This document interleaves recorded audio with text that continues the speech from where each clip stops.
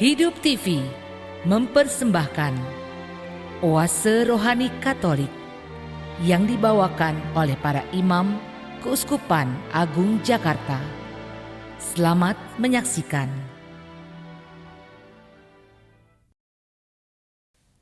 Sahabat Oase Rohani Katolik yang terkasih, salam damai. Kita berjumpa kembali bersama dengan saya, Angelika Luciana, dalam acara Oase Rohani Katolik. Saya berharap semoga saudara semua dalam keadaan sehat dan senantiasa dalam kasih dan perlindungan Tuhan. Sahabat yang terkasih, hari ini kita dalam pekan ketiga masa Prapaskah. Dan kita sungguh bersuka cita karena di studio telah hadir bersama kita Romo Bernardus Christian Triyudo Prastowo SY yang biasa akrab kita sapa dan kita kenal beliau dengan Romo Yudo. Mari sahabat yang terkasih kita bersama menyapa Romo. Romo Yudo, salam damai, selamat datang. Apa kabarnya hari ini? Kabarnya baik, sehat selalu. Selalu penuh sukacita dan semangat. Terima kasih ya Romo sudah berkenan hadir menyalurkan berkat dan cinta Tuhan pada kita semua. Sahabat Oase Rohani Katolik yang terkasih, sekarang marilah kita memulai acara ini membuka dengan doa yang akan dibawakan oleh Romo Yudo. Marilah sahabat-sahabat sekalian, kita berdoa dalam nama Bapa dan Putra dan Roh Kudus. Amin. Allah, sumber kehidupan dan belas kasih, Engkau datang ke dunia untuk menemani dan membimbing kami, orang-orang kecil, lemah menuju kepada Bapa. Dengan karyamu yang nyata pada orang kecil, orang sakit, Engkau bukan hanya menunjukkan kepada kami apa yang perlu kami perbuat, tetapi memberikan arti nyata, inkarnasi, dan pengosongan diri. Ya Bapa, seperti rusa yang rindu akan air, jiwa kami pun rindu akan-Mu ya Tuhan. Tuntunlah dan ingatkanlah kami untuk selalu peka dan peduli akan sesama yang memerlukan pertolongan dan membawa mereka setia pada iman kepadamu. Dengan pengantaran Kristus Tuhan kami. Amin. Amin. Dalam nama Bapa dan Putra dan Roh Kudus. Amin. Amin. Antifon pembuka. Penuh rindu hatiku mendambakan rumah Tuhan. Jiwa ragaku bersorak-sorai bagi Allah yang hidup. Sahabat Oase Rohani Katolik, bacaan liturgi pada hari ini, bacaan pertama dari kitab kedua Raja-Raja, dan bacaan Injil Yesus Kristus hari ini menurut Santo Lukas. Dan saya akan membaca bacaan pertama pada hari ini. Bacaan dari kitab kedua Raja-Raja. Naaman, panglima Raja Aram, adalah seorang terpandang di hadapan tuannya dan sangat disayangi, sebab oleh dia Tuhan telah memberikan kemenangan kepada orang Aram. Tetapi pahlawan tentara itu sakit kusta. Sekali peristiwa, orang Aram pernah keluar bergerombol dan membawa tertawan seorang anak perempuan dari negara Israel. Anak itu menjadi pelayan pada istri Naaman. Berkatalah gadis itu kepada nyonyanya, "Sekiranya tuanku menghadapi nabi yang di Samaria itu, tentulah nabi itu akan menyembuhkan dia dari penyakitnya." Lalu pergilah Naaman memberitahukan kepada tuannya. Katanya, beginilah dikatakan oleh gadis yang dari negeri Israel itu. Maka jawab Raja Aman, "Baik, pergilah dan aku akan mengirim surat kepada Raja Israel." Lalu berangkatlah Naaman. Sebagai persembahan ia membawa 10 talenta perak, 6.000 shikal emas, dan 10 potong pakaian. Ia menyampaikan surat Raja Aram itu kepada Raja Israel yang berbunyi, "Sesampainya surat ini kepadamu, maklumlah kiranya bahwa aku menyuruh kepadamu Naaman pegawaiku, supaya engkau menyembuhkan dia dari penyakit kustanya." Segera sesudah Raja Israel membaca surat itu, dikoyakkanlah pakaiannya serta berkata, "Allahku, aku ini yang dapat mematikan dan menghidupkan, sehingga orang ini mengirim pesan kepadaku, supaya kusembuhkan seorang dari penyakit kustanya. Sesungguhnya Perhatikanlah dan lihatlah, ia mencari gara-gara terhadap aku. Segera sesudah didengar oleh Elisa, abdi Allah itu, bahwa Raja Israel mengoyakkan pakaiannya, dikirimkannyalah pesan kepada Raja, bunyinya, "Mengapa engkau mengoyakkan pakaianmu? Biarlah orang itu datang kepadaku, supaya ia tahu bahwa ada seorang nabi di Israel." Kemudian datanglah Naaman dengan kuda dan keretanya, lalu berhenti di depan pintu rumah Elisa. Elisa menyuruh seorang suruhan kepadanya mengatakan, "Pergilah, mandi 7 kali dalam sungai Yordan, maka tubuhmu akan pulih kembali, sehingga engkau menjadi tahir." Tetapi pergilah Naaman dengan gusar sambil berkata, "Aku sangka setidak-tidaknya ia datang keluar dan berdiri memanggil nama Tuhan Allahnya, lalu menggerak-gerakkan tangannya di atas tempat penyakit itu, dan dengan demikian menyembuhkan penyakit kustaku. Bukankah Abana dan Parpar, sungai-sungai Damsik, lebih baik dari segala sungai di Israel? Bukankah aku dapat mandi di sana dan menjadi tahir?" Kemudian berpalinglah ia dan pergi dengan panas hati. Tetapi pegawai-pegawainya datang mendekat serta berkata kepadanya, "Bapak, seandainya nabi itu menyuruh perkara yang sukar kepadamu, bukankah Bapak akan melakukannya? Apalagi sekarang ia hanya berkata kepadamu, 'Mandilah dan engkau akan menjadi tahir.'" Maka turunlah Naaman membenamkan dirinya 7 kali dalam sungai Yordan, sesudah dengan perkataan abdi Allah itu. Lalu pulihlah tubuhnya, kembali seperti tubuh seorang anak, dan ia menjadi tahir. Kemudian kembalilah Naaman dengan seluruh pasukannya kepada abdi Allah itu. Sesampai di sana, majulah ia ke depan Elisa dan berkata, "Sekarang aku tahu bahwa di seluruh bumi tidak ada Allah kecuali di Israel. Karena itu, terimalah kiranya suatu pemberian dari hamba ini." Demikianlah sabda Tuhan. Syukur kepada Allah. Mazmur tanggapan. Jiwaku haus akan Allah yang hidup. Bilakah aku boleh datang melihat Allah? Jiwaku haus akan Allah yang hidup. Bilakah aku boleh datang melihat Allah? Seperti rusa yang merindukan sungai berair, demikianlah jiwaku merindukan Engkau ya Allah. Jiwaku haus akan Allah yang hidup. Bilakah aku boleh datang melihat Allah? Jiwaku haus akan Allah yang hidup. Bilakah aku boleh datang melihat Allah?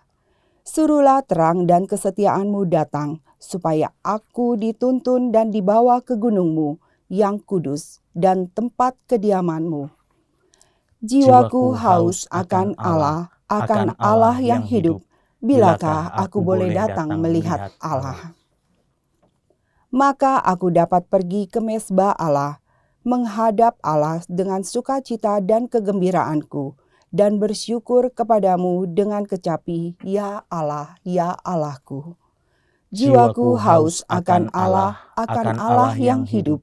Bilakah aku boleh datang melihat Allah? Sahabat Oase Rohani Katolik yang terkasih, sekarang marilah kita siapkan hati untuk mendengarkan bacaan Injil. Tuhan sertamu, Dan sertamu juga. inilah Injil Yesus Kristus menurut Lukas. Dimuliakanlah Tuhan. Dan katanya lagi, "Aku berkata kepadamu, sesungguhnya tidak ada nabi yang dihargai di tempat asalnya. Dan aku berkata kepadamu, dan kataku ini benar. Pada zaman Elia, terdapat banyak perempuan janda di Israel. Ketika langit tertutup selama 3 tahun dan 6 bulan, dan ketika bahaya kelaparan yang hebat menimpa seluruh negeri.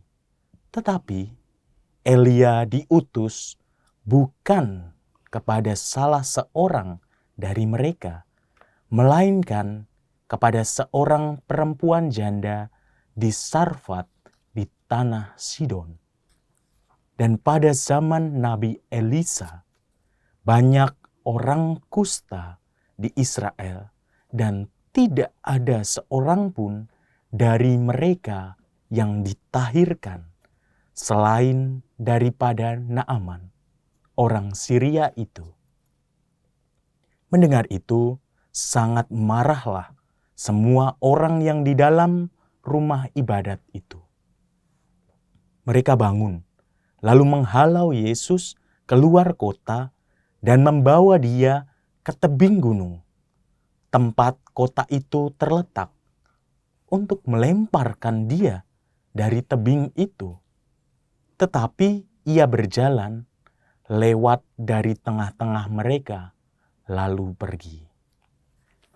Demikianlah Injil Tuhan. Terpujilah Kristus. Romo Yudo, dari bacaan liturgi pada hari ini, kitab kedua Raja-Raja, ada hikmat dan sukacita apa, Romo? Ada banyak sekali hal yang bisa kita renungkan bersama sebagai pesan Injil dan pesan kitab suci pada kita. Namun sebelum kita masuk ke dalam hal yang konkret, baik kalau secara teologis saya juga ingin menguraikan apa yang sejajar dalam bacaan pertama dan bacaan Injil, sehingga kita nanti bisa menangkap pesan umum yang ingin disampaikan kepada kita semua. Iya. Tentu ya, ada dua hal yang sejajar yang bisa kita lihat. Yang pertama, bacaan pertama dan bacaan Injil itu mengisahkan hal yang serupa, terutama tentang sebuah misi atau perutusan pelayanan. Kalau kita lihat bacaan pertama itu mengisahkan misi dari Allah sendiri lewat Nabi Elisa yang diutus bukan hanya untuk memberitakan firman Tuhan kepada umat Israel, tetapi untuk menyatakan firman tersebut dalam tindakan konkret. Apa yang konkret di situ? Yaitu menolong orang, dalam hal ini Naaman, dengan menyembuhkannya dari penyakit kusta. Nah, misi ini yang membedakan Nabi Elisa atau juga Nabi Elia dengan nabi-nabi Israel lainnya. Jika kita baca sekilas narasi tentang Nabi Elia, Elisa ini dalam kitab suci, ada banyak hal yang bisa menegaskan misi tersebut. Bukan hanya kata, tetapi tindakan nyata. Yaitu misalnya, ketersediaan makanan ketika kekurangan makanan. Dia memberikan mukjizat dalam 1 Raja-Raja 17. Kebangkitan orang mati ketika ada banyak kesedihan. Turunnya api dari langit. Lalu terbelahnya sungai Yordan. Terangkatnya Elia ke surga. Dan juga penyembuhan dari penyakit kusta yang baru saja kita dengar. Intinya, kisah Elia, Elisa itu mengarahkan kita pada misi Allah yang ingin memelihara umatnya lewat tindakan-tindakan konkret. Dan bila kita lihat kembali hal itu dalam bacaan Injil menegaskan hal yang mirip. Apa yang mirip? Terkhusus di sini adalah misi Yesus Kristus bukan hanya di dalam sebuah kata saja, tetapi tindakan konkret. Yang saya sebut kata adalah begini, kita perlu menempatkannya dalam konteks bacaan ini dalam episode Nazaret. Saya menyebutnya episode Nazaret, yang dimana dimulai dengan kehadiran Yesus di tempat ibadat di sinagoga, dan Yesus membacakan kembali nas di dalam Yesaya 61 ayat 1-2 yang berkata bahwa intinya bahwa dengan demikian nas ini telah tergenapi dalam diri Yesus sendiri. Dan setelahnya, bila kita membaca ayat-ayat setelah bacaan tadi, Yesus memberikan tindakan konkret yaitu perhatian kepada para janda, orang-orang miskin, orang-orang yang sakit. Dan disitulah sebenarnya kita bisa memiliki pegangan terlebih dahulu. Ada sesuatu yang konsisten atau sejajar antara bacaan pertama dan Dengan bacaan bacaan Injil, yaitu bahwa itu berkisah tentang misi atau perutusan dari Allah, yaitu memberikan harapan, keselamatan kepada umatnya, bukan hanya kata, tetapi tindakan konkret. Dan disinilah sebenarnya undangan bagi kita juga untuk memberikan harapan nyata bagi orang-orang yang membutuhkan. Tetapi yang kedua, kemudian pertanyaannya adalah hal tersebut perlu diprioritaskan kepada siapa? Gitu, memberi harapan, memberi keselamatan itu perlu diprioritaskan kepada siapa? Bila kita cermati, baik bacaan Injil maupun bacaan pertama menegaskan hal yang serupa walaupun bentuknya beda. Dalam bacaan yang pertama dikisahkan Nabi Elisa diutus oleh Allah untuk berjumpa dengan orang-orang yang bukan Yahudi, tetapi Naaman, seorang Syria yang mengalami sakit kusta. Di sini sebenarnya sudah jelas ada beberapa kategori dengan menyebut orang Syria, orang sakit kusta. Sebenarnya ada sesuatu narasi yang ingin ditegaskan, yaitu orang Syria bagi orang Yahudi itu tersingkir, artinya di nomor 2 kan? Iya, nomor 2 kan. Artinya orang tersingkir. Orang kusta, bila kita melihat dalam kitab suci, paparan kitab suci, orang kusta itu orang yang sama-sama terbuang, dalam arti bukan hanya secara fisik, tetapi secara sosial itu akan dijauhi. Iya. Dan memiliki stigma negatif dalam masyarakat. Dan itu yang menjadi prioritas di dalam bacaan pertama. Kalau kita lihat di dalam bacaan kedua atau bacaan Injil di sini, hal senada dapat kita jumpai bila kita lihat Yesus mengutip kembali apa yang dilakukan oleh Nabi Elia dan Elisa untuk mempertegas kepada siapa misi pelayanan atau misi pemberian harapan itu perlu diprioritaskan. Dan Lukas akan melanjutkan episode pelayanan Yesus tersebut pada orang-orang yang dianggap berdosa, orang-orang yang punya status rendah, disingkirkan, atau dalam bahasa kita sekarang itu orang-orang yang kecil, lemah, miskin, tersingkir, kaum papa. Tidak dipandang ya, Romo. Ya, begitu. Jadi poinnya di sini secara teologi ya, poin secara teologi kita bisa melihat bahwa bacaan pertama dan bacaan Injil itu ingin menunjukkan sebuah misi dari Allah yang ingin menyelamatkan. Terutama ini juga bisa menjadi renungan kita dalam masa Prapaskah juga, bahwa kehadiran Allah itu bukan hanya lewat kata, tetapi tindakan nyata. Tindakan yang nyata kepada siapa? Kepada kaum papa, kepada orang-orang yang sungguh-sungguh membutuhkan bantuan itu sendiri. Dan itulah yang bisa kita lihat atau kita bisa tarik kesimpulan secara umum, tentu secara teologis. Dan kita juga bisa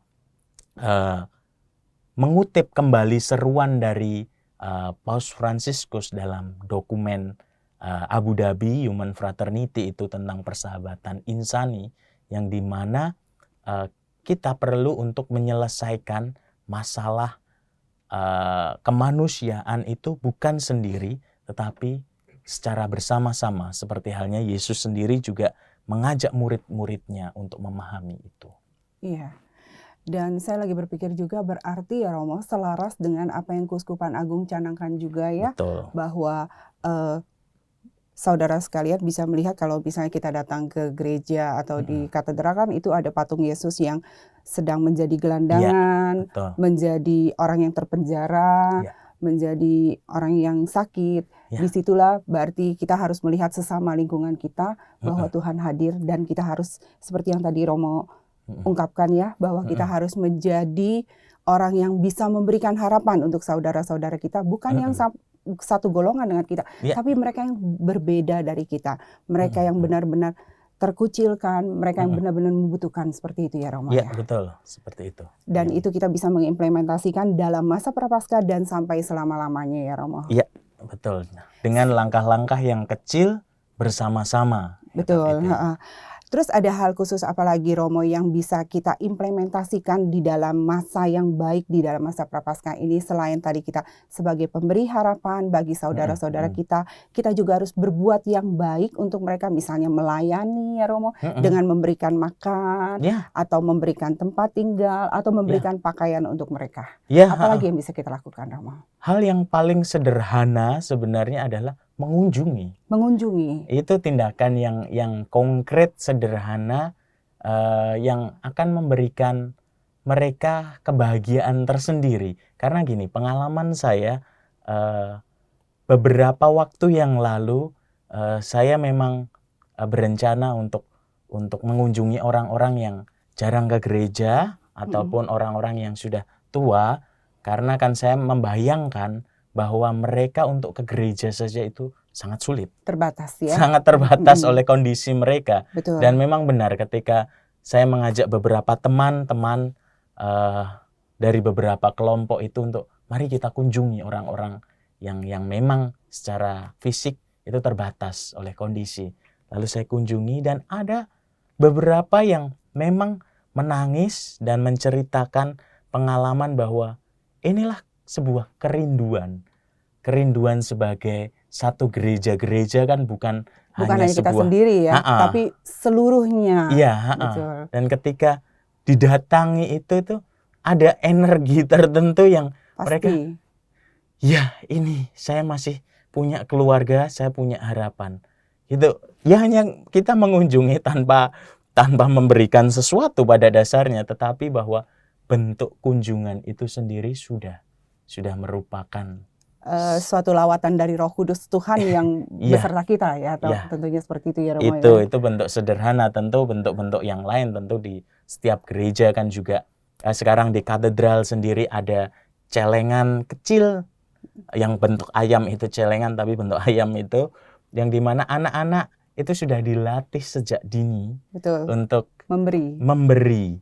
Jadi bukan hanya meminta ini, tapi memberi dari uang saku mereka yang menyisihkan entah cuma 500, 1000 atau 2000 atau 5000, tetapi mereka memberi dan nantinya ini akan disumbangkan untuk orang-orang yang membutuhkan. Itu bentuk-bentuk sederhana kepedulian kita di dalam misi atau perutusan untuk yang kecil, lemah, miskin, tersingkir, dan berkebutuhan khusus. Iya, atau ada lagi juga, boleh saya menambahkan ya Romo ya, karena saya pernah juga mengikuti beberapa kali ada berbagai komunitas di dalam lingkungan gereja-gereja, itu mereka melakukan kunjungan bersama dengan Romo juga ke penjara-penjara. Nah itu sangat luar biasa, bagaimana kita bisa merasakan dan membawa sukacita Tuhan untuk misa berekaristi bersama dengan mereka, saudara-saudara kita yang di dalam penjara.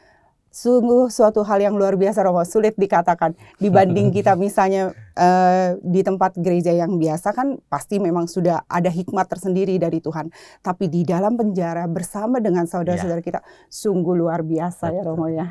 Itu saya rasakan juga karena beberapa kali saya menemani kelompok di dalam gereja itu untuk berkunjung misa, berdoa bersama, lalu ya saling cerita di dalamnya. Dan itulah yang bukan hanya kehadiran kita yang meneguhkan mereka, tetapi bagi saya sendiri bahwa mereka yang berjuang di dalam posisinya itu pun memberikan inspirasi yang nyata bagi saya, arti perjuangan hidup itu sendiri. Menambah iman kita sendiri ya Romo ya.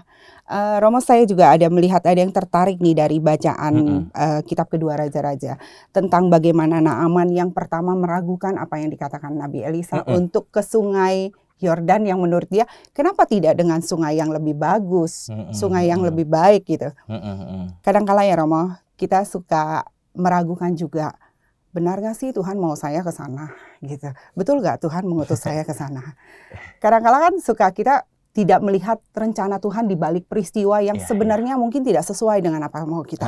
Apa yang harus kita lakukan Romo? Supaya kita mengimani dengan sungguh-sungguh bahwa tidak semuanya yang kita pandang baik itu berbuah baik. Tapi ada sesuatu yang menurut kita tidak baik, tapi Tuhan menyediakannya baik di balik itu. Ini yang menjadi poin-poin saya kedua yang ingin saya sampaikan juga, bahwa kadangkala kita sebagai manusia itu menginginkan sesuatu yang wah, Betul. yang besar, yang kelihatan, Bagus. yang bagus. Dan ketika ada sebuah pengalaman biasa yang sebenarnya ya itu saja gitu, Biasa aja gitu. kita merasa ya tidak ada yang spesial gitu loh. Padahal justru di dalam pengalaman yang kecil, yang biasa itulah Tuhan menyapa kita gitu loh. Artinya gini, kita kalau melihat secara lebih detail, bacaan pertama saya itu terkesan dengan beberapa titik-titik yang dimana Tuhan hadir lewat hal-hal kecil. Contoh yang pertama adalah bahwa lewat seorang pelayan yang meminta Naaman untuk menemui Nabi Elisa. Saya tertarik itu karena pada dasarnya dalam realitas sapaan Tuhan itu konkret dalam hal-hal kecil, pengalaman-pengalaman kecil, bahkan orang-orang kecil. Betul. Namun kadangkala kita seringkali menganggap tidak remeh, penting, mengabaikan. Atau menganggap bahwa sebenarnya siapa sih kamu? Padahal tanpa mereka kita juga nggak bisa berbuat banyak gitu loh. Dan di sini peranan dari pelayan itu sangat ditekankan dalam narasi untuk menegaskan pelayan tersebut yang menunjukkan kepada Naaman, pergilah kepada Nabi Elisa, bukan raja pertama-tama, tetapi seorang pelayan. Tapi kemudian pelayan juga lah yang menunjukkan bahwa kamu ikuti saja. Itu apa yang ditunjukkan oleh Nabi itu. Sehingga kamu bisa melihat sesuatu di balik itu. Betul. Dan itulah yang bagi saya menarik perhatian, karena yang ingin ditekankan di situ adalah bukan pada sebuah peristiwa-peristiwa besar kita harus percaya lalu harus ada mukjizat sehingga saya mau percaya kepadamu, bukan, tetapi bahwa justru kalau kita membuat diri kita peka pada pengalaman-pengalaman harian yang kecil atau orang-orang kecil yang menunjukkan jalan kepada kita tertentu, disitulah kita akan melihat sesuatu yang lebih besar. Betul. Nah, apa yang perlu dilakukan di situ? Yang perlu dilakukan adalah mengasah kepekaan kita pada pengalaman-pengalaman itu. Cara yang paling sederhana adalah ya bangun pagi, misalnya yang paling konkret ya, bangun pagi, biasanya kita langsung kebingungan ngapain dan lain-lain. Berhenti sebentar untuk mensyukuri bahwa oh Tuhan, saya masih bisa bernafas. Saya masih memiliki tangan, saya masih memiliki wajah yang seperti ini. Oke, setelah menenangkan diri baru beraktivitas. Terus malam hari melihat kembali, apa sih tadi itu bangun pagi saya ngapain? Siang saya ngapain? Malam saya ngapain? Nah, itu latihan sederhana untuk membuat diri kita peka. Betul. Dan dengan latihan seperti itu kita tentu selalu akan bersyukur kepada Tuhan ya. Romo, ini menarik sekali, tapi kita akan jeda sesaat dulu ya. Sahabat Oase Rohani Katolik yang terkasih, kita akan merenungkan sesaat apa yang sudah disampaikan oleh Romo Yudo. Dan kita akan kembali pada perbincangan rohani di sesi yang kedua. Hidup TV mempersembahkan Oase Rohani Katolik yang dibawakan oleh para imam Keuskupan Agung Jakarta. Selamat menyaksikan. Sahabat Oase Rohani Katolik yang terkasih, salam damai, kembali lagi bersama Romo Bernardus Christian Triyudo Prastowo, SY, dan saya, Angelica Luciana. Anda masih menyimak Oase Rohani Katolik. Sahabat yang terkasih, bila Anda mempunyai pertanyaan seputar iman, Anda dapat menyampaikan melalui SMS 0881 0251 33438 atau Anda dapat men-sharingkan pengalaman iman Katolik Anda melalui email orkkaj@yahoo.com. Romo Yudo, kita kembali lagi pada perbincangan rohani di sesi yang kedua. Romo bisa melanjutkan tadi yang dari pembacaan kitab kedua Raja-Raja tentang bagaimana Naaman Tuhan berbicara melalui pembantunya ya Romo ya, melalui orang kecil untuk memberitahukan kepada Naaman untuk menemui Elisa untuk mendapatkan suatu kesembuhan dari Tuhan. Ya, bahwa secara umum saya ingin mengulangi lagi bahwa secara umum bacaan pertama dan bacaan Injil menunjukkan sesuatu yang mirip, yang menjelaskan tentang misi pelayanan dari Allah sendiri yang hadir bukan hanya untuk satu golongan, tetapi untuk semua orang dan terlebih atau terkhusus kepada orang-orang yang membutuhkan, orang-orang yang kecil, lemah, miskin. Dan kadangkala kehadiran Allah itu lewat hal-hal yang kecil, sederhana, dan bahkan juga orang-orang kecil yang menunjukkan sesuatu kepada kita, maka dibutuhkan di situ sebuah kepekaan atau latihan kepekaan sehingga kita bisa memahami apa yang menjadi kehendak Allah itu sendiri. Dan bila kita lihat kembali dalam bacaan Injil, ada hal yang menarik perhatian saya, terutama untuk menegaskan apa yang sudah saya katakan. Saya ingin melihat dari konteks bacaan itu sendiri. Disebutkan bahwa Yesus itu ditolak, dalam arti di sini diusir oleh orang-orang sekotanya, Nazaret. Apa maksudnya? Apakah mereka menolak Yesus secara pribadi atau sebenarnya ada situasi tertentu yang menjadi gejala orang-orang tersebut menolak Yesus? Beberapa tafsir yang saya baca itu mengatakan bahwa yang menjadi konteksnya adalah gejala orang-orang Nazaret yang hanya mengharapkan mukjizat. Jadi ketika Yesus datang, Yesus itu kan sudah dikenal luas oleh banyak orang, melakukan banyak mukjizat di luar Nazaret. Itu. Tetapi ketika Yesus datang ke tempat ibadat, ada banyak orang yang kagum, ada orang yang harapannya hanya semoga dia melakukan sesuatu yang besar. Dan ini bisa menjadi penyakit yang kronis ya. Bahkan pada zaman kita sekarang. Dan narasi dari Lukas ingin menggambarkan situasi orang-orang Nazaret yang iri, awalnya iri bahwa Yesus melakukan perbuatan-perbuatan besar atau mukjizat itu di tempat lain, kok tidak di kotanya sendiri. Ada sebuah iri tersebut yang menyebabkan sebuah keinginan atau demam mukjizat, saya menyebutnya itu, yang akan menjadi penyakit dalam hidup orang beragama. Nanti saya akan menjelaskan bahwa pada zaman kita pun ada penyakit seperti itu. Dan orang-orang Nazaret itu karena sudah tadi ada perasaan iri, lalu ada demam yang ingin melihat, mengharapkan sesuatu yang besar, akhirnya itu tidak terpenuhi, malah seperti orang yang kesurupan yang menyeret Yesus ke tebing dan mau menghempaskannya ke bawah. Apakah itu bentuk penolakan? Atau kita bisa mengimajinasikan begini. Ingat godaan Yesus di hubungan bait Allah. Yang ketika Yesus puasa, salah satu godaannya adalah roh jahat menarik Yesus ke bait Allah dan ingin melemparkannya. Untuk apa? Apakah membenci? Bukan.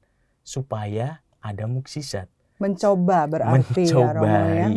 Nah, disitulah yang ingin banyak orang yang membaca ini dalam perspektif bahwa banyak orang Nazaret itu membenci Yesus, mengusir Yesus. Tapi tidak. Sebenarnya mereka ingin mencobai. Untuk apa? Supaya melihat mukjizat. Mukjizat yang dia lakukan. Iya, supaya betul. Kalau itu dilempar dari tebing, seolah-olah nanti Allah akan hadir lalu memberikan uluran tangannya sehingga Yesus tidak terantuk batu. Ingat kembali godaan yang ada. Dan disinilah yang ingin disebut oleh Lukas dan beberapa tafsir mengatakan hal yang sama, bahwa inilah penyakit kronis yang dialami orang beragama. Hanya ingin melihat sesuatu yang wah, yang terlihat, tetapi kehilangan esensi nyata dari atau makna nyata dari kehadiran Allah yang sungguh di tengah-tengah mereka. Kalau kita melihat ya, andai orang Nazaret tersebut merefleksikan kembali bahwa Allah itu sudah hadir lahir di situ, besar di situ, tetapi mereka tidak menyadari hal itu. Kemudian ketika ini melakukan hal yang besar, mereka seolah-olah iri malah sama orang-orang di luar itu. Kenapa Yesus melakukan di situ? Padahal hal yang besar terjadi. Sudah lahir di situ Iya, ya. inkarnasi itu kan sesuatu yang sangat besar. Itu artinya berarti mereka tidak melihat dan bahwa itu adalah merupakan syukur yang harus disyukuri ya Romo Itu ya. poinnya sebenarnya yang ingin disasar oleh Lukas adalah bahwa kita sikap beragama yang paling dasar ya, yang dibutuhkan adalah syukur kita. Syukur bahwa Allah itu sudah mau hadir. Nah, ungkapan syukur itu kemudian diletakkan di dalam konteks bahwa Allah hadir dalam pengalaman-pengalaman kecil. Bukan pengalaman-pengalaman yang harus besar, wah. Dan kita tidak perlu untuk mencobai Allah dengan buktikan dulu pengalaman-pengalaman yang wah, saya baru percaya. Ya, hal tersebut tidak dibutuhkan dan itu semacam penyakit kronis yang bisa kita lihat itu gejala itu sudah dialami zaman Yesus dan zaman kita pun kita juga seringkali melihat kan orang-orang yang membutuhkan tanda-tanda yang besar sehingga saya mau percaya kalau ada tanda yang besar. Padahal dalam setiap kehidupannya dia bisa bernafas, dia bisa bangun pagi, lalu melakukan aktivitas, itu kan sebuah tanda yang Betul, nyata. sebuah tanda bahwa Tuhan menyertai dia. Iya, hal tersebut malah tidak disadari dan mencari sesuatu yang wah, besar.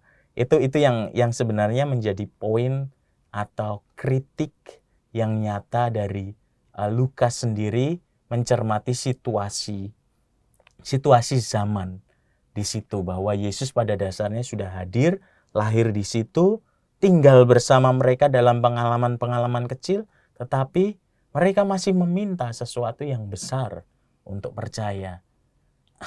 Hal itu yang menjadi inti bahwa kita pun untuk konkretnya kita pun perlu untuk rasa syukur, untuk mencermati pengalaman-pengalaman kecil setiap hari, dan akhirnya juga kembali kepada sebuah misi yang tadi ingin dilakukan oleh Allah, yaitu penyertaan pada orang-orang yang lemah, kecil, tersingkir tadi. Betul. Wah, ini pas sekali ya Romo ya, bacaannya pas di masa Prapaskah juga. Tadi saya langsung berpikir kita harus bercermin berarti ya Romo ya. Ya, betul. Lewat bercermin itu kita akan selalu menumbuhkan rasa syukur untuk iman kita semakin dikuatkan, berpengharapan teguh selalu di dalam Tuhan. Jangan pernah mengharapkan peristiwa yang besar kalau kita tidak pernah menumbuhkan iman kita dulu ya Romo. Iya. Romo, selain dari itu ada hikmat apa lagi Romo yang bisa kita jalankan di dalam masa peristiwa Prapaskah ini sampai nanti untuk bekal perjalanan hidup kita Romo? Ya, tentu bahwa saya ingin melanjutkan apa yang tadi sudah disampaikan di titik awal mengenai misi. Itu gambaran umum, misi yang umum dari Allah, dan Allah itu butuh kita untuk membuat misi ini semakin luas pada banyak orang. Dan bagaimana caranya? Ya itu, menyadari syukur pada hal-hal kecil, pengalaman nyata dicintai dalam hal kecil itu akan menumbuhkan sikap batin. Nah, maka disitulah peranan agama itu menjadi penting sehingga kita tidak jatuh pada penyakit kronis yang tadi yang hanya mengharapkan sesuatu besar, tetapi sikap yang sungguh didasari oleh pengalaman dicintai dalam hal kecil. Nah, intinya adalah agama mengajarkan agar orang mengimani yang ilahi, pasrah kepada kekuatannya, tetapi sikap pasrah yang asal saja, yang saya sebut tanpa dasar pengalaman kecil, jadi seperti ya yang penting saya percaya, itu bisa seringkali malah menggiring orang pada tujuan lain. Betul. Mengapa saya katakan menggiring pada tujuan lain? Kita bisa melihat beberapa kenyataan yang menunjukkan iman yang unsur pokoknya adalah keteguhan, lalu harus gini, harus gitu, dapat menjadikan orang itu menjadi fanatik, lalu intoleran. Artinya bahwa orang hanya memandang satu sisi saja. Jadi harus gini, harus gitu. Tetapi tidak pernah paham inti dari sebuah aturan atau sebuah hukum itu. Atau tata upacara atau ritus yang tujuannya membantu orang merasakan batas antara yang duniawi dan yang ilahi, sehingga kita bisa merasakan sebuah pengalaman tertentu. Malah orang menjadikan itu sebagai unsur magis gitu, maksudnya unsur-unsur magic ada di dalamnya, dan mengaburkan batas-batas. Akibatnya misalnya doa-doa malah seolah-olah menjadi jampi-jampi yang kalau tidak ada itu, wah ini nanti pasti saya mendapatkan musibah. Ya belum tentu juga Nah, gitu. itu kadang suka salah pandang seperti itu ya, Iya, Romo ya. itu yang saya katakan sebagai yang tadi penyakit kronis. Jadi orang melakukan tanpa sebuah dasar tertentu. Jadi hanya berdasarkan pemahaman ini boleh tidak boleh. Padahal ini boleh tidak boleh itu sebuah batas tertentu yang memang diciptakan agar orang semakin merasakan. Tetapi kalau orang malah memfokuskan pada batas-batas, tapi kehilangan apa yang menjadi tujuan dari batas tersebut, itu ya menjadi penyakit tadi. Orang akhirnya ketika menabrak sebuah batas, terus menanyakan, loh kalau saya tidak pernah mengalami pengalaman yang besar itu, saya tidak akan percaya lagi. Menjadi aneh bagi saya, padahal batas itu diciptakan supaya orang mengalami itu, tetapi orang memikirkan hanya batasnya saja. Ketika menabrak batas, orang kehilangan orientasi. Iya, betul. Itu yang saya sebut sebagai sebuah penyakit kronis atau yang pengalaman nyata itu ketika orang berdoa mati-matian, waduh dari pagi sampai malam misalnya saja ada yang seperti itu, tetapi tidak terkabulkan, lalu orang merasa wah Allah nggak ada. Itu kan sesuatu yang bagi saya aneh. Betul, gitu. karena hanya sekedar berdoa tanpa kita melakukan suatu usaha dan upaya dengan iman kita, tidak akan terjawab tentunya ya Romo ya. Iya, artinya bahwa orang-orang yang terserang oleh penyakit yang kronis ini tadi, itu hanya memperhatikan sisi luar dari sikap beragama dan menginginkan sesuatu yang wah, besar, terlihat. Nah, padahal dalam 1 Korintus 12 ayat 31 itu disebutkan bahwa macam-macam karunia khusus bila tidak disertai dengan tindakan nyata kepada sesama dan kasih, atau dalam bahasa Yunaninya agape, itu akan menjadi tidak bermakna. Sia-sia. Menjadi sia-sia itu tadi. Maka kemampuan kita atau sesuatu yang bersifat rohani, doa, ibadah, misa, itu harus dibarengi dengan sebuah tindakan konkret setelahnya. Dan disitulah sebenarnya kita menjalankan yang dinamakan sebagai misi yang tadi saya sebutkan di awal, misi pelayanan Allah untuk semua orang. Iya, karena Tuhan menciptakan kita dengan berbagai macam bentuk, dengan berbagai macam golongan, tentu Tuhan menjadikan kita sebagai pewartanya dan kepanjangan saluran berkat dan cintanya ya Romo ya. Saya jadi melihat begini, bukan hanya orang besar yang Tuhan bisa pakai untuk menjadi kepanjangan tangannya. Orang kecil pun Tuhan juga bisa pakai jika dia berkenan. Contohnya pada bacaan pertama pada hari ini, di mana Tuhan pakai seorang pembantu untuk memberikan jalan keselamatannya melalui dia. Dan kita semua berharap ya semoga kita selalu dipakai Tuhan untuk menjadi saluran kepanjangan kasih dan berkatnya. Seperti itu ya Romo ya? Betul sekali. Romo, sebelum kita mengakhiri, adakah yang mau Romo rangkumkan untuk kita jadikan pedoman di dalam masa prapaskah kita untuk lebih berbenah diri menjadi pewartanya yang lebih penuh syukur lagi? Kesimpulan atau apa yang bisa saya ungkapkan di sini adalah bahwa Allah memanggil kita semua untuk menjadi rekan kerjanya atau sahabat seperjalanan Allah dalam apa? Dalam meluaskan kerajaan kasih itu sendiri. Kerajaan kasih yang nyata bukan hanya lewat kata, tetapi tindakan konkret untuk siapa? Diprioritaskan untuk yang kecil, lemah, miskin, dan tersingkir, dan serta orang yang berkebutuhan khusus. Untuk sampai pada pemahaman ini, kita perlu pertama-tama mensyukuri karunia Allah yang hadir dalam diri kita, mulai dari bangun pagi sampai malam. Setelah kita mensyukuri, kita menyadari kehadirannya dalam pengalaman kecil, sapaannya lewat orang-orang sederhana, dan akhirnya berbuah pada niat yang ingin diwujudkan dalam tindakan nyata, kecil tetapi bersama serta berkelanjutan. Itu yang ingin dirangkumkan. Iya, jadi kita jangan pernah merasa diri kita kecil atau merasa kita tidak berarti, tapi jika Tuhan mau, Tuhan bisa menjadikan kita sesuatu hal yang luar biasa ya Romo ya. Ya. Romo, sebelum kita mengakhiri, Romo bisa menyapa sahabat yang pada hari ini opa oma yang sedang sakit, atau juga mereka yang sedang dalam keterbatasan dan di dalam keadaan yang tidak mengenakan. Tapi dengan sapaan Romo, mereka merasakan sukacita. Ya. Halo semua, terutama sahabat-sahabat yang sedang sakit, yang sedang membutuhkan harapan, yang senantiasa ingin selalu memiliki kebahagiaan di dalam hidup ini. Allah senantiasa hadir, terutama lewat orang-orang yang berada di sekitar, dan Allah senantiasa akan mengirimkan orang-orang yang bisa memberikan harapan. Dan semoga Allah selalu menyertai, membimbing, dan terutama menumbuhkan harapan itu selalu. Romo, satu lagi Romo.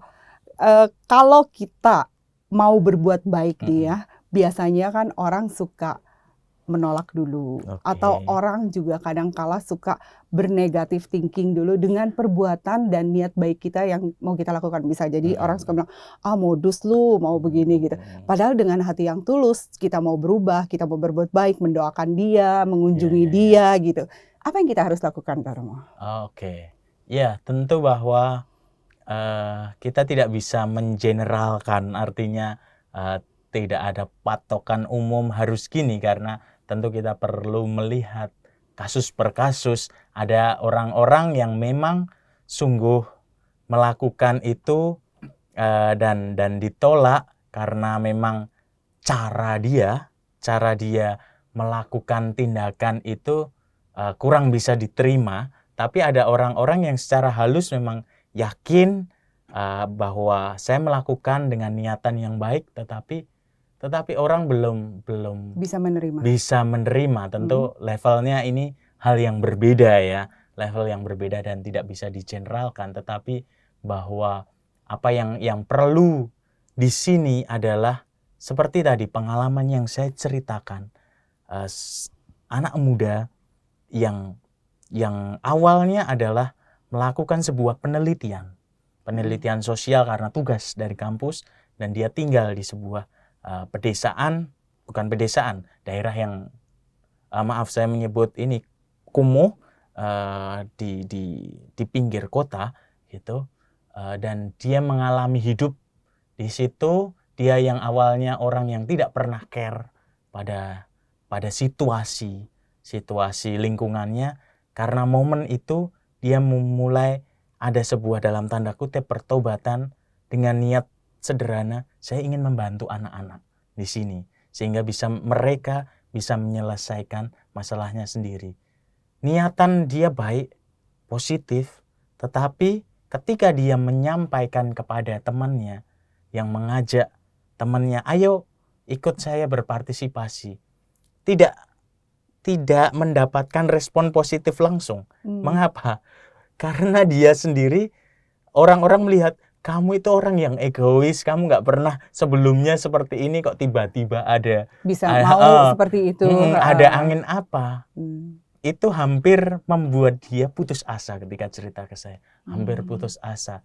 Tetapi dia tidak menyerah sama sekali karena hal itu, karena dia menyadari itu godaan. Artinya bahwa dia menyadari satu godaan yang bisa memperlemah dia. Maka dia tetap mengajak temannya, karena bagi dia, saya tidak bisa melakukan ini sendiri. Maka karena niatan itu, kegigihan itu, tanpa mengenal hal-hal yang negatif itu, dia banyak orang yang akhirnya, oh iya toh, kamu serius toh. Nah, itu level kedua, serius. Akhirnya banyak orang yang berpartisipasi. Level yang ketiga adalah ketika sudah berkumpul dengan teman-teman yang punya concern sama, dia datang ke daerah tersebut, ditolak oleh orang-orang daerahnya. Itu tentu levelnya menjadi lebih beda lagi. Maka dia berpikir dengan teman-temannya bagaimana supaya niatan baik ini bisa terwujud. Dia mengajak orang di situ yang dia kenal baik untuk berpartisipasi. Sehingga orang ini yang masuk dan menjelaskan, bukan saya. Saya sebagai orang Katolik yang tentu sudah dipandang negatif terlebih dahulu oleh daerah itu dan lain-lain, itu akhirnya dengan merangkul orang sekitar yang menjelaskan niatan baik ini. Nah, itu beberapa hal yang saya sebutkan tadi. Kita tidak bisa mengeneralkan tapi kasus per kasus, tetapi dari cerita saya ada level-level tertentu. Yang pertama, kita tidak perlu menyerah karena godaan orang menganggap negatif. Yang kedua, bahwa kita tetap mencari teman yang memiliki visi sama. Dan yang ketiga, itu yang lebih strategis adalah bagaimana supaya tindakan kita itu supaya berimpact pada banyak orang. Ya tentu ini sesuai dengan kondisinya. Iya. Dan kita harus percaya bahwa segala apapun niat baik kita, kalau kita lakukan dengan tulus dan mohon campur tangan Tuhan, pasti semuanya akan berjalan dengan baik ya Romo ya. Romo Yudo, terima kasih buat kebersamaannya pada hari ini. Apa yang Romo wartakan memberikan inspirasi dan semangat beriman bagi saya dan juga sahabat, khususnya dalam masa Prapaskah ini untuk kita lebih menumbuhkan iman dan berbenah diri untuk menjadi lebih baik. Terima kasih ya Romo Yudo. Sama-sama. Sahabat yang terkasih, usai sudah kebersamaan kita pada hari ini, saya Angelica Luciana dan Romo Bernardus Christian Triyudo Prastowo SY mohon pamit dari ruang dengar Anda. Sekarang marilah kita satukan hati menutup dengan doa dan mohon berkat Allah melalui Romo Yudo. Marilah kita hening sejenak untuk bersatu di dalam doa. Dalam nama Bapa dan Putra dan Roh Kudus. Amin. Allah Bapa di surga, kami bersyukur karena segala rahmat dan segala penyertaan yang Engkau berikan kepada kami semua. Tuntunlah kami agar kami semakin mengenali Engkau di dalam hal-hal sederhana, lewat orang-orang sederhana, dan lewat pengalaman-pengalaman yang kecil yang kami alami setiap hari. Mampukanlah kami untuk bersyukur, untuk semakin memahami karya-Mu dan kehendak-Mu, sehingga kami pun bisa berpartisipasi bersama dengan Putra-Mu, dengan tuntunan Roh Kudus, terutama untuk mendampingi dan memberikan harapan bagi orang-orang yang kecil, miskin, lemah, tersingkir, dan berkebutuhan khusus. Semua ini kami mohon dengan pengantaraan Kristus, Tuhan kami. Amin. Tuhan sertamu dan sertamu juga. Semoga Allah Bapa di surga senantiasa menyertai niat baik kita, menyertai segala langkah hidup kita, dan menjernihkan hati dan budi Bapa dan Putra dan Roh Kudus. Amin. Semoga kita semua dapat menjadi garam dan terang kasih Tuhan bagi sesama. Amalkan Pancasila, kita adil, bangsa sejahtera. Demikianlah oase rohani Katolik yang dibawakan oleh para imam Keuskupan Agung Jakarta. Tuhan memberkati.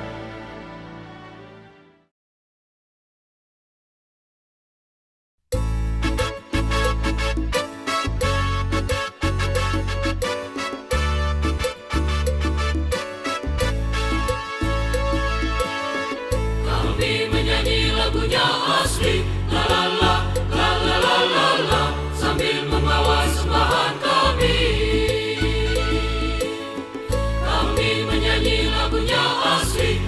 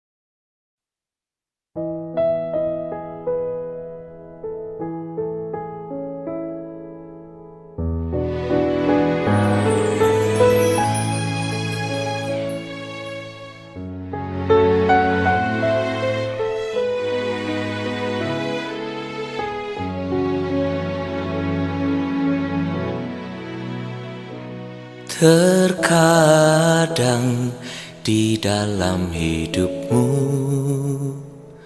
pencobaan berat menimpa, menghancurkan hidupmu, meremukkan hatimu. Namun ingatlah, Dia Tuhan tak akan pernah memberi pencobaan dan ujian melebihi kekuatan yang kau punya. Hendaklah bersyukur, Dia melakukan semua karena cinta, supaya kau beroleh hikmat dan jadi sempurna sepertinya.